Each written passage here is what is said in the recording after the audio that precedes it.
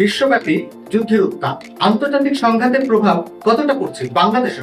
বিশ্বজুড়ে চলমান যুদ্ধ ও ভূরাজনৈতিক উত্তেজনা নতুন করে অস্থির করে তুলেছে আন্তর্জাতিক ব্যবস্থায়। রাশিয়া ইউক্রেন যুদ্ধ, ইরান যুক্তরাষ্ট্র বৈরিতা এবং মধ্যপ্রাচ্যের সংঘাতের পরোক্ষ প্রভাব পড়তে শুরু করেছে বাংলাদেশের অর্থনৈতিক, জ্বালানি নিরাপত্তা ও বৈদেশিক বাণিজ্যে।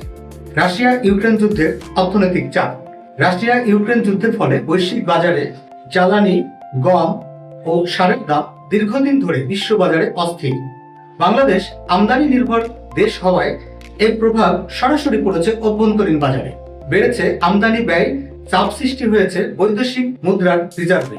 একই সঙ্গে রাশিয়ার উপরে নিষেধাজ্ঞার কারণে রূপপুর পারমাণবিক বিদ্যুৎ প্রকল্পের অর্থ পরিশোধ ও যন্ত্রাংশ সরবরাহে জটিলতা সৃষ্টি হয়েছে। ইরান যুক্তরাষ্ট্র উত্তেজনা, জ্বালানি ঝুঁকি।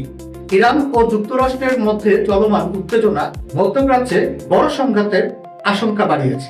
হরমুজ প্রণালী দিয়ে বিশ্ব জ্বালানির একটি বড় অংশ প্রবাহিত হয়।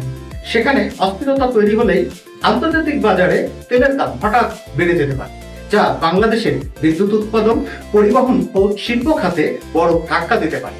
গাজা ও মধ্যপ্রাচ্য, শ্রম বাজার ও কূটনীতি। গাজা ও মধ্যপ্রাচ্যের চলমান সংঘাত বাংলাদেশের জন্য কৌশলগত উদ্বেগের বিষয়। ওই অঞ্চলে কর্মরত লাখো বাংলাদেশি শ্রমিকের নিরাপত্তা এবং রেমিটেন্স প্রবাহ ঝুঁকিতে পড়তে পারে।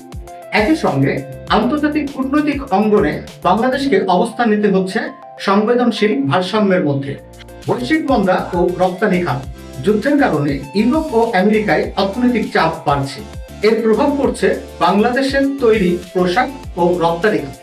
বৈদেশিক চাহিদা কমার আশঙ্কায় কর্মসংস্থান ও বৈদেশিক আয়ের নতুন চ্যালেঞ্জ তৈরি হচ্ছে। বিশেষজ্ঞদের মতে বিশ্বের চলমান সংঘাত দীর্ঘস্থায়ী হলে বাংলাদেশের অর্থনীতি আরো চাপে পড়তে পারে। জ্বালানি নিরাপত্তা, বৈদেশিক বাণিজ্য ও রিজার্ভ ব্যবস্থাপনায় সতর্ক পদক্ষেপ নেওয়াই এখন বাংলাদেশের জন্য বড় চ্যালেঞ্জ।